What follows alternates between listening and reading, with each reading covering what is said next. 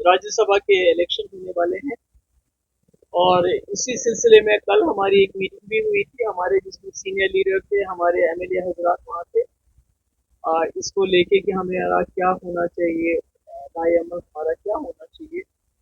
जैसा कि आपको मैंने पहले भी बताया कि फारूक साहब का फोन आया था मुझे कई दिन पहले कि भाई हमें आपकी वोट की जरूरत है, और मैंने उनसे कहा था कि हमें बेशक हम आपको वोट दे सकते हैं, पर हमारी एक दो शर्तें हैं। एक तो जो हमारे बिल्स हैं, जिसमें लैंड रेगुलराइजेशन का बिल बड़ा इम्पोर्टेंट है।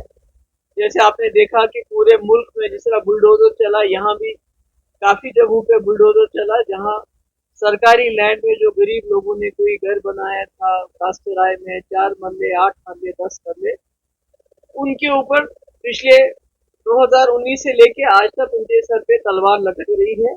हम चाहते थे ये तलवार हट जाए, वो लोग भी जीना इज्जत से जिए।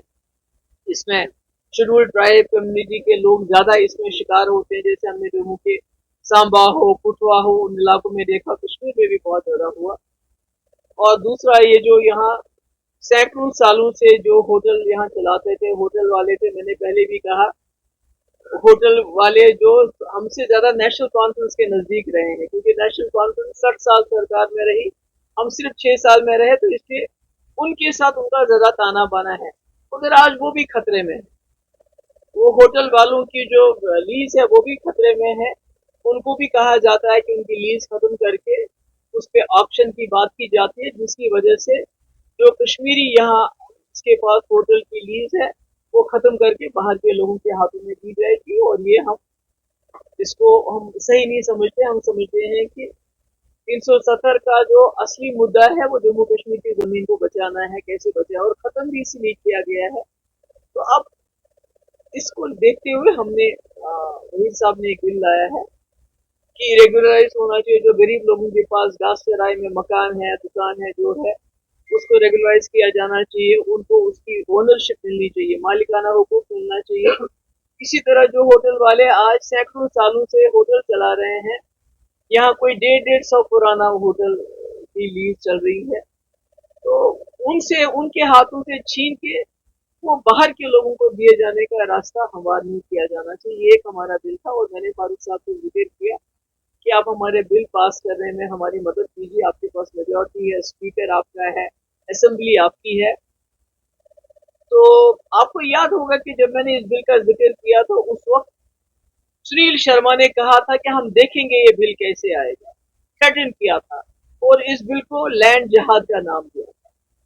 तो मैं उम्मीद करती हूँ कि नेशनल कॉन्फ्रेंस से जो एक हिसाब से एश्योरेंस थी, क्योंकि कल शमी ओबराय भी मेरे पास आए थे, उन्होंने भी कहा, उमर साहब ने भी कहा कि भाई जो भी प्रो पीपल बिल होगा हम उसको ऑब्स्ट्रक्ट नहीं करेंगे। तो मैं उम्मीद रखती हूँ कि हम जो इस वक्त पीडीपी 3 वोट लेके बीजेपी को दूर रखने के लिए एक ऐसी जमात को वोट डाल रहे हैं जो मेरे ख्याल में उस लायक नहीं है, क्योंकि हम ये सोच के वोट डाल रहे हैं कि हम चाहते हैं कि जो फासिस्ट फोर्सेस हैं, कम्युनल फोर्सेस हैं, उनको किसी भी कीमत पे रोक लेना है। हमने फैसला किया है, हम वोट देंगे। और दूसरा हमारा बिल है डेली वेजेस का, जो आपने देखा कई दिनों से वो हड़ताल पे हैं, जम्मू में भी, कश्मीर में भी, और बेचारे बड़े गरीब लोग हैं।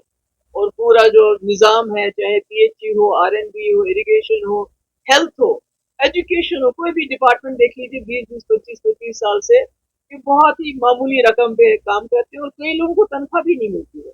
और ये वजह थी, मैंने अपने दौर में इनका बायोमेट्रिक करवाया था, और मैंने एसआरओ भी लाया था इनको रेगुलराइज करने के लिए सरकार के लिए। तो आज हमने इन दो बिल्स के ऊपर हम फिर से एक बार नेशनल कॉन्फ्रेंस पे भरोसा कर रहे हैं कि इन्होंने जो हमें वर्ड दिया है, खासकर फारूक साहब ने जो वर्ड दिया है, और जिसको कल शमी ओबराय ने दोहराया, उसका पास करते हुए ये दोनों बिल हमारे असेंबली में पास करेंगे, और ताकि लैंड राइट बिल पास हो, लोगों को मालिकाना हुकूक मिले, जो गरीब लोग हैं या जो होटल वाले हैं और जो डेली वेजर्स हैं वो रेगुलराइज हो जाए। और दूसरी हमारी बात यह है कि हम चाहते हैं कि हमारे जो 3 वोट हैं, बहुत कम है पर बहुत मायने रखते हैं, ये हम थर्ड जो प्रेफरेंस है उसमें दे देंगे, यानी शबी ओबरॉय को देंगे, हम फोर्थ में नहीं देंगे, क्योंकि फोर्थ सीट जब ये हार जाएंगे तो सारा इल्जाम पीडीपी के ऊपर लगाया जाएगा कि पीडीपी ने कोई गड़बड़ कर दी। तो इसलिए हमारी उनसे गुजारिश है कि हमने आपको सपोर्ट देना है,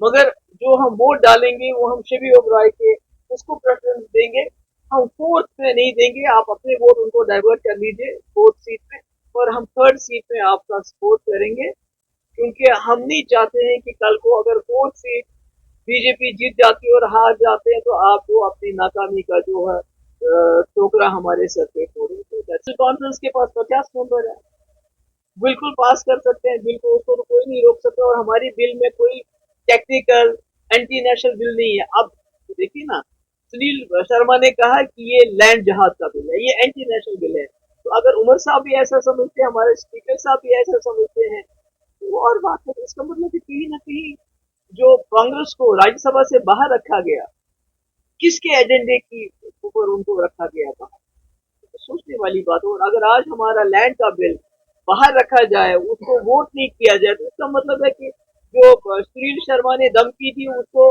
नेशनल कॉन्फ्रेंस पूरा करेंगे, सीधी बात है।